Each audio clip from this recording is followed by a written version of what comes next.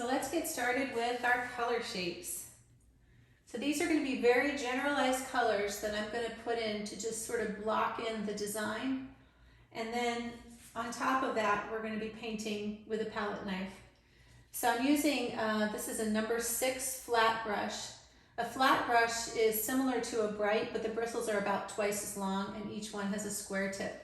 And they're really good for blocking in big shapes of color. So I'm going to start with the lightest color, which is the beach on the left. So I'm going to use titanium white, tiny touch of primary magenta, tiny touch of cadmium yellow deep, and a very small amount of ultramarine blue.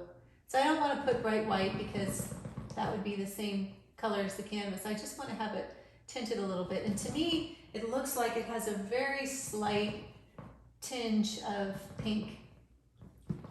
So we're going to put that right here. Just brush that in. So it's possible to start a palette knife painting with just a palette knife and do your big shapes with a palette knife, but I just decided to do it with a brush today. I think it's important to learn different techniques and learn how to combine your different tools. So the next stripe here is a little bit darker version of the same color, so I'm going to add a little more primary magenta and a little more ultramarine, and I want to make a line of this violet, like a light gray violet, and that's too much blue, so a little more primary magenta.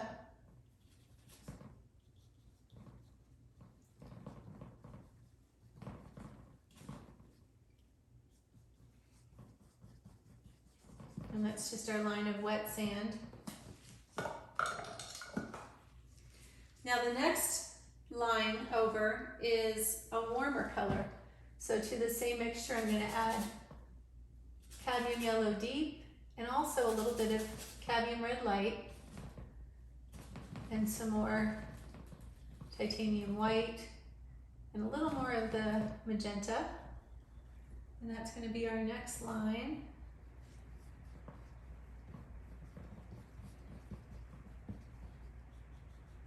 And my paint is very thin going on here.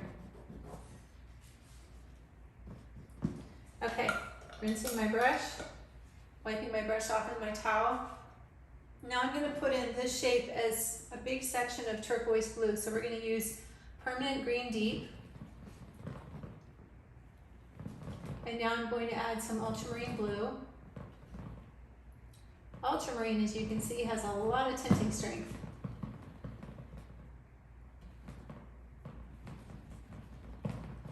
So as you look at the photo with the turquoise, there's a lot of subtle nuances of color shifts within the turquoise, and also those big shapes of the floating kelp, which looks so dark.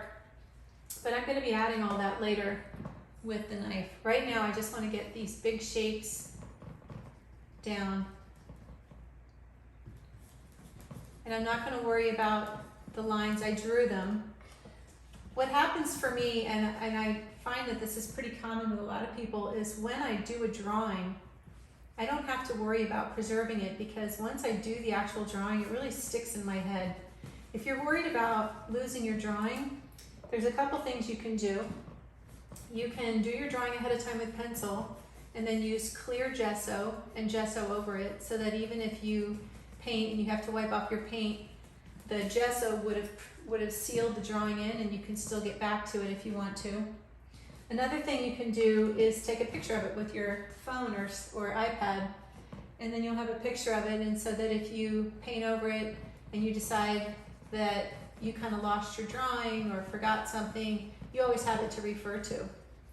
So those are just a couple of tips for things you can do to preserve your drawing if you want to. Now I know here there's a big shadow being cast by this cliff, but again, this is just putting in the big shape for now. And I'm going to add some titanium white to this and just blend this edge here. I just want to cover my white canvas at this point. Okay, so now I've still got some blue on my brush. I'm going to jump back to the sky and the ocean. So this cove is very turquoise, but this section of ocean is more of a violet blue. So if you look at the color wheel, one direction blue goes towards green and the other direction it goes towards violet. And when you have a painting with more than one blue, you want to make sure you have a variety of blues. Some of them be green, some of them should be green blues, and some of them should be more violet blues. So I'm going to mix some ultramarine blue here and a little bit of permanent red violet, and I'm going to put a thin coat of paint of this deeper violet blue back here. Loosely paint around my islands and the cypress tree.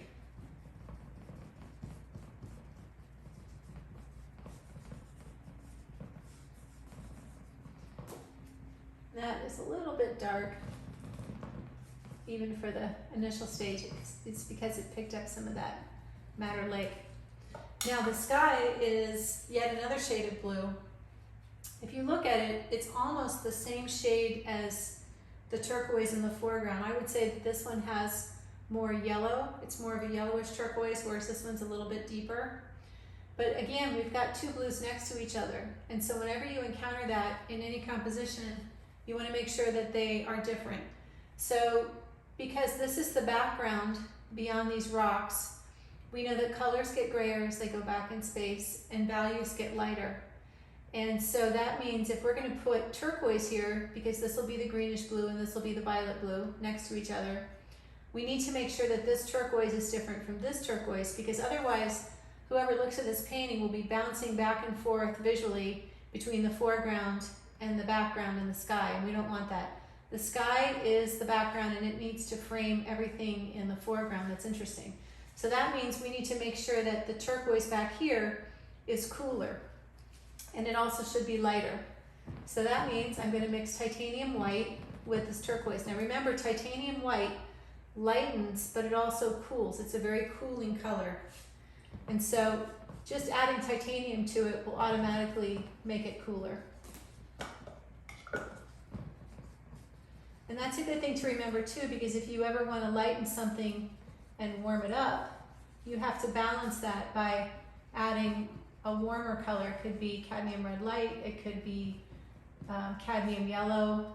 There's a lot of choices of colors that will warm your lighter color, and that just helps to compensate for the cooling effect that titanium white has on your color mixture.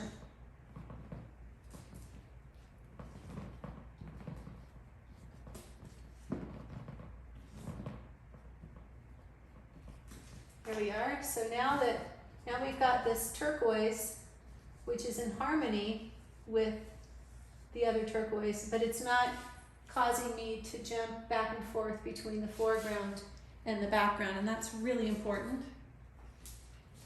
All right, so the next thing we want to block in is the cliff. So looking at the cliff, there's a whole lot of different colors in there, but again, this is just our big shape part of this painting process. And so I'm mixing ultramarine blue and Madder Lake and a little bit of titanium white, and I'm just going to put a nice gray violet down on the face of this cliff. So when we paint over all these colors with our knife, it is possible that some of the underpainting is going to be showing through. And so we want to have colors that will look very natural if that's the case. And so this is a really nice natural violet gray that if we paint green over it, yellow over it, oranges over it, or beige, having this color show through will just make it look like textured rock, and that's perfect for what we want. Now underneath here is the shadow on the beach. That's going to be a lighter violet, so I'm just going to mix titanium white with that violet, and I'm going to paint that in here. And then these sea rocks,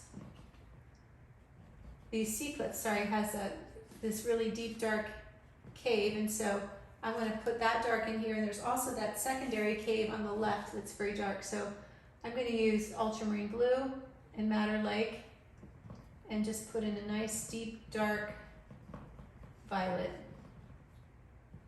which is almost black.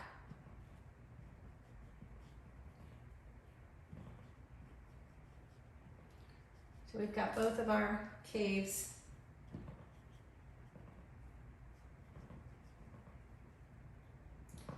And we've got this line coming out from them.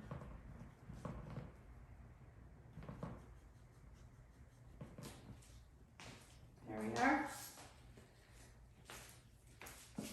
So even as you're doing your drawing, sometimes it's a good idea to stand back like I just did and check out your drawing and make sure it's all looking the way you want it to look from a distance.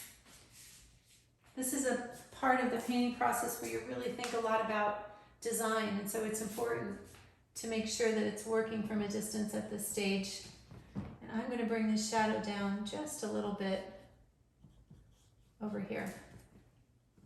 Okay, so now that the face of the cliff where it's in the sun, I'm going to go back up to this section of my palette, and I'm going to mix titanium white in with this beige color, and I'm going to paint this sunlight, or the sunlit section of the cliff, with this nice light warm gray. So it's important to establish too in your painting light and shadow if it's a day with sun, and you want to make sure that the shadows are cool and the sunlit areas are warm. So there's our sunlit area. And you see, without adding any detail or plants, how just having the shadows and the light areas already creates a sense of space. So value creates dimension and temperature creates dimension. So cool, warm, light, dark. That helps create dimension. We already have the feeling too that we're looking down into this view. This is sort of like painting two seascapes in one painting, because you've got the view looking down and then you've got the view looking out over the cliffs.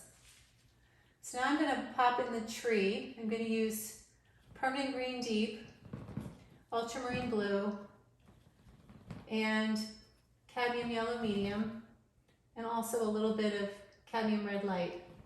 So I'm keeping all my hues pretty grayed down at this point.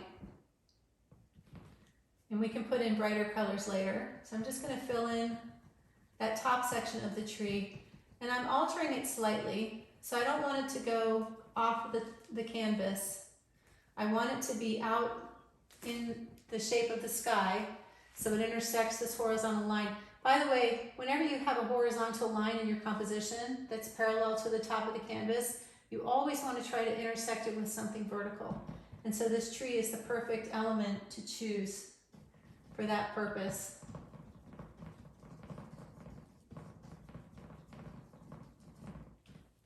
So I'm just bringing the tree down across the water so it intersects this horizontal line and this horizontal line.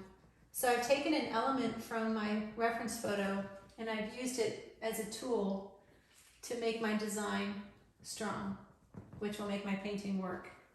And at the end of the day, it's all about making your painting work. So there's our tree. And now I'm going to put in this light green shape for the top of this cliff. I've got this green mixture mixed up, so I'm going to add some cadmium yellow medium and some titanium white, and also some cadmium yellow lemon, and a little more white. And we'll paint this nice light green shape. And later with a knife we can go over this green shape and add all kinds of beautiful flowers and bits of yellow and white, deep green, blue greens, yellow greens, and so on, and give it a lot of variety. But for now, we just want to fill in this nice big shape.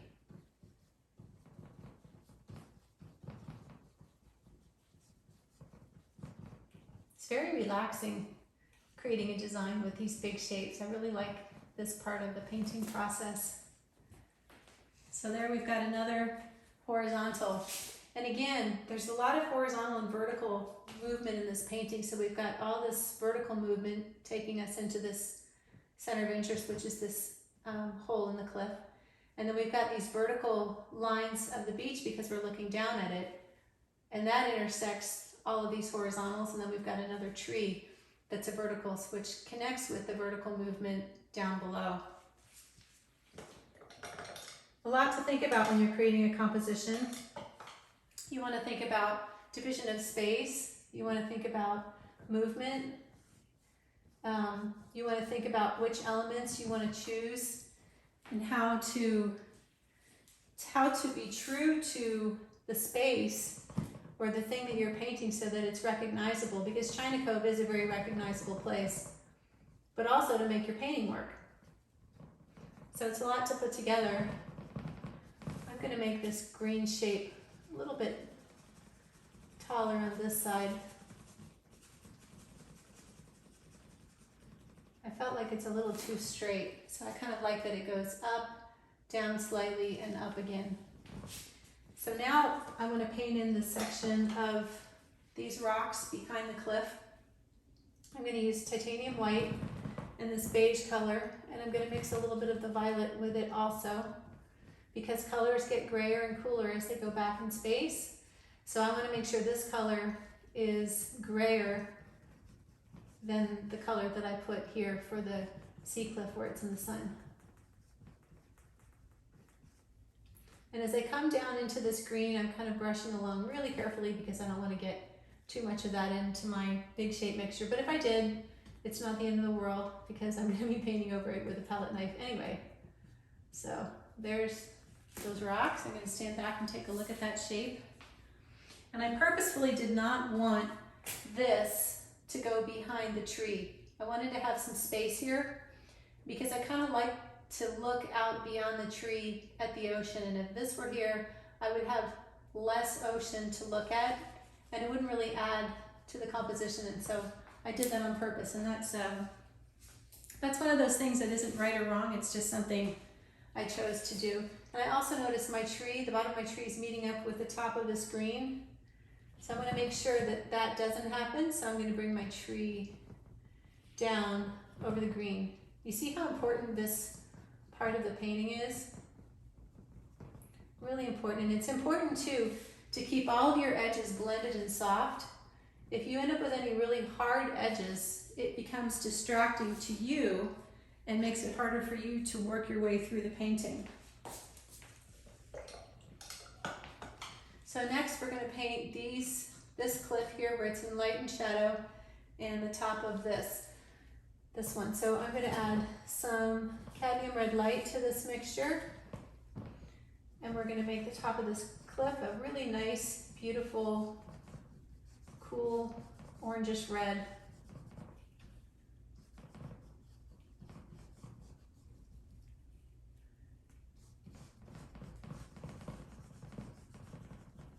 Just like that.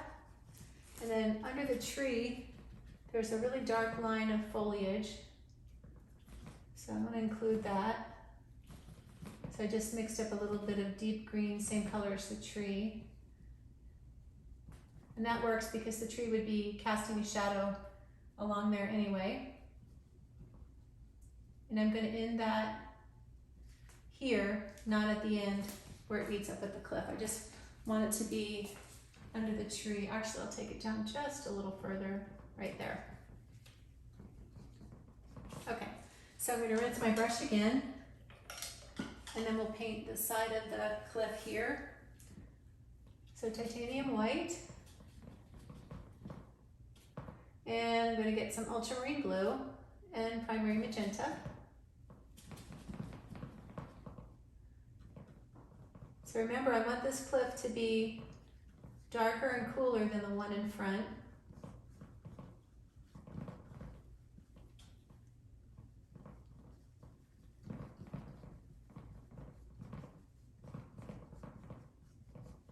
Remember to keep your edges soft.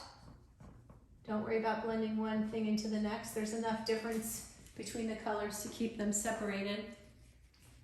And now for the section where it's in shadow, we're going to use the same color combination, but just a bit darker. So ultramarine blue, Madder Lake, and I use some cadmium yellow deep. And this will be a nice dark violet here.